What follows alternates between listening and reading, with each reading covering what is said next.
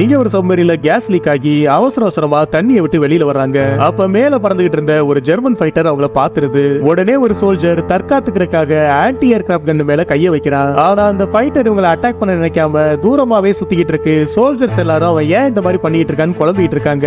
அப்ப கேப்டன் அவன் அட்டாக் பண்ற ரேஞ்சுக்குள்ள வந்தான்னா நம்மளும் திரும்பி தாக்குவோன்னு அவனுக்கு நல்லா தெரியும். எப்படி நம்ம தண்ணிக்குள்ள போறப்ப அவனுக்கு ஈஸி டார்கெட்டா மாறிடுவோம், அதுக்காக தான் அவன் வெயிட் பண்றான்னு சொல்றாரு. அப்ப அவன் பறந்துகிட்டே இருக்கட்டும், ஃபியர் முடிஞ்சு அவனாவே காலியாயிருவான்னு ஒரு சோல்ஜர் சொல்றான். கேப்டன் அதுக்கு அதுவும் முடியாது, ஆல்ரெடி ரேடியோல சொல்லியிருப்பான் இந்நேரத்துக்கு நம்மளை பார்த்து நிறைய ஃபைட்டர்ஸ் வந்துகிட்டு இருக்கோம். இப்ப இருக்க ஒரே வழி அவன் அட்டாக்கிங் ரேஞ்சுக்கு வரதுக்குள்ள வேகமா தண்ணிக்குள்ள போறதான்னு சொல்றாரு. உடனே அவங்க தண்ணிக்குள்ள போக ஆரம்பிக்கிறாங்க. அதை பார்த்ததுமே அந்த ஃபைட்டர் கேப்டன் சொன்னது மாதிரியே அவங்களை அட்டாக் பண்றதுக்காக வருது. சரியா அவன் ஃபயர் பண்ண ஆரம்பிக்கிறப்ப ஒரு சோல்ஜர் அவன் உயிரையே பணைய வச்சு வெளியில வந்து அங்க இருந்த கன்னு மேல கைய வைக்கிறான். அதை பார்த்ததுமே அந்த ஃபைட்டருக்கு சோழி முடிஞ்சிருச்சுன்னு தெரிஞ்சிருது.